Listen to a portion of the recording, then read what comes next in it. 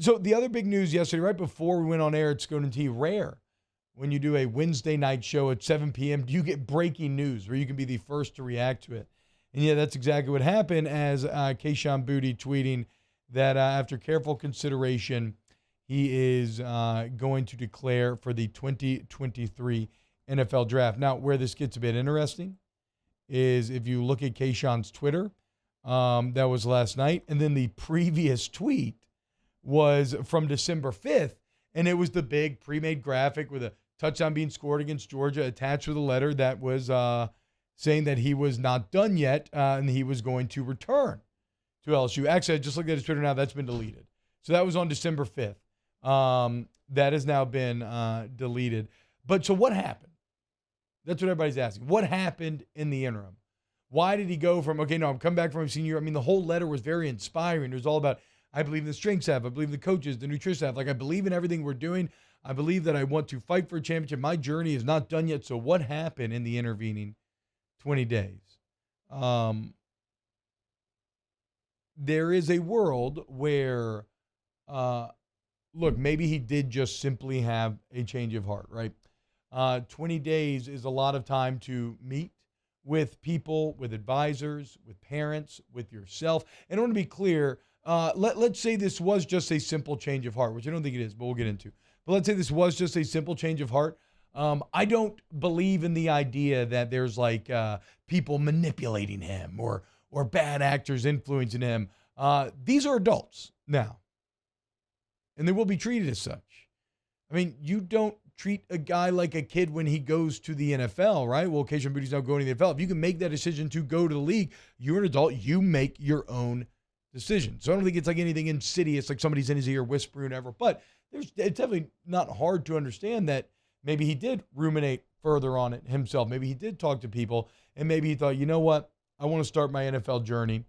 And even with whatever NIL money I have, I mean, NFL minimum salary was like $700K in 2021. I doubt he's making that NIL-wise, right? So he could still stand to make more money in the league because he would be above minimum as well. So let's be clear about that. That could be what happened. Now, the problem is, I do think that there's a breadcrumb of a trail of breadcrumbs. There we go.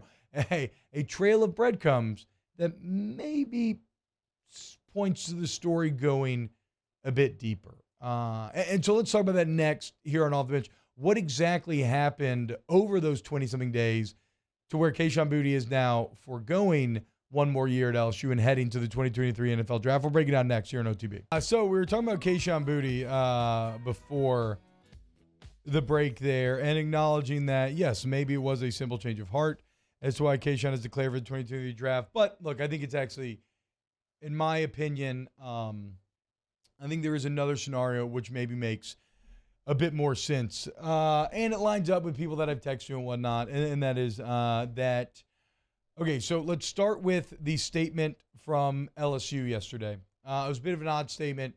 Came out in the morning, and all it said is that Kayshon would be unavailable for the Citrus Bowl, but is still enrolled in school for the spring semester. Why is he unavailable? It was not anything health-related. Pointing out that he's still enrolled for the spring semester, saying that it was not anything in terms of like him leaving, kind of going out of their way to say that this isn't him like declaring for the draft or anything. He's just not available for the bowl game, but he is available going forward. Now, so then the next thing that popped up, there's an idea out there that, and somebody had seeded this, I think, that Kayshon was skipping the bowl game to focus on his senior year. Now, that's something that made no sense at all. Because if you are focusing on your senior year, well, the bowl practices and the bowl game are a critical piece of said senior year, right? Like, eventually, to get better football, you have to actually do the playing of the football. And so that didn't really hold any water with me. And sure enough, when Kayshon later declares later that day that he'll be going to the 2023 NFL Draft and does so in just a simple tweet. And that's maybe the key piece of evidence here. And I'll get back to this in a second. To me, all of this lines up to, and again, with texting people around the program and whatnot, it just seems like there was a team's rule violation. got suspended for the bowl game. Probably got upset about it and said, well, you know what, then why am I sticking around? I'm out of here then. If I can't play in the bowl game, then I'm going to go to the draft. And that makes sense kind of on a lot of different fronts. That explains the nature of LSU's statement. Not saying he's injured, saying that he's still enrolled in school, not saying he's declaring for the draft or anything, but he's not available for the Citrus Bowl. It also explains, again, the fact that it was just a tweet and not a graphic from Kayshon. I mean, boys, think about it. Every other announcement of I'm returning, I'm going to league, what have they all had? They've had prepackaged, designed graphics, right? Beautiful picture, well-written letter, the important parts of the letter highlighted even so that you could just like skip over all the thank you Tiger Stadium to get to. Okay, are they coming back? Are they going to the draft? Are they playing the bowl game? Are they leaving it? Like every other announcement like this has had a nice prepackaged graphic. The fact that it was just a tweet speaks to something that's maybe a bit more reactive and a bit more emotional to the news that he would be unavailable for the Citrus Bowl. Now, I will say this: I don't feel like it's my place to say anything about what the alleged team violation is. I don't think it's anything particularly like scandalous or upsetting. Like I hate throwing out something vague like that. I have seen on message boards as well, though. If you look at On3, Shea was saying this as well, that it was a team rules violation. So I feel comfortable in saying that. But, like, I don't want anybody to think that it was anything that you're going to hear about and be like, oh, my God, that's absolutely awful. But it is a team rules violation.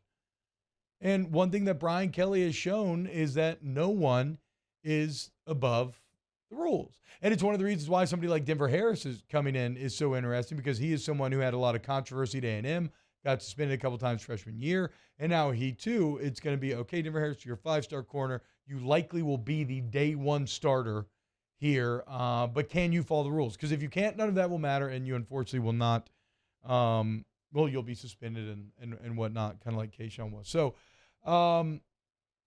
here's where I landed last night, and I think this is the place that all LSU fans should be with Kayshon Boutte, in that while it is interesting conversation about maybe what happened, and it was kind of intriguing to piece together all these different pieces and social media pieces, try to read between the lines and understand how it arrived to the place. The real truth is that it doesn't really matter how you arrived to this place.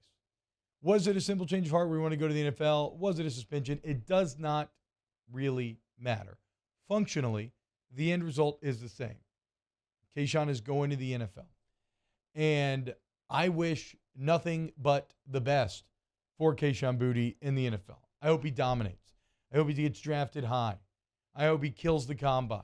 I hope he gets paid. I hope he's able to provide for his new child, his family, for years. I hope he makes life-changing money where he can take advantage of his skill set and be taken care of for years. I don't give a damn if he got suspended. I don't give a damn if he just changed his mind and declared for the draft. All I know is I hope that he is now successful, because when you really look at what Kayshon did at LSU, you may be upset because he didn't match your expectations, but he was never a bad team guy. Okay, in 2020, he was a lone bright spot. He won you multiple games at the end of that year. In 2021, he was dominant until he shattered his ankle, coming up with an insane up-the-sideline catch in a Kentucky game where you're getting your ass kicked. In 2022, yes, there was the Instagram drama. There was a little early friction with Kelly. The Florida State game wasn't great, but that led to a bit of a misconception where everybody was saying all year that Kayshon's bad body language, Kayshon's a bad teammate. That's not true. If you go and look at Kayshon's announcement that he's going to the NFL draft, President William Tate, the LSU president, is one of the first responses, and he's talking about his lasting memory will be how excited Kayshon was about his academic year this year. So no, this is, and then everything that Brian Kelly said about Kayshon Boutte after that Florida State game is that he fully bought in, was a great team guy, and was a leader. And I take it, like, that jives with what I saw in film. Was the statistical year disappointing? Absolutely. Would you have hoped that it would have been better? Absolutely. But it's not like he was a bad guy or a bad teammate. And so, yeah, I hope that he's great. And if you're LSU, yes, you know, I'm not going to say that you are not worse, because you are. You are less talented than you were before. But that is a room in which you have your most talent stacked up. So immediately that kind of softens the blow. And as you enter a new era of LSU football, in some ways, this was some of the sort of last vestiges of the recent dark era of LSU football kind of washing away, right? And like I said, there was some friction there, and so maybe this is best for both parties in the end. All I know is I am definitely cheering for Kayshon Boutte on the next level. I think he gets a bit of a bad rap when it comes to the type of teammate that he was. I think people are more frustrated that the production statistically wasn't there, and they're using that to make some other judgments. But it is what it is, man. No Kayshon for the Citrus Bowl.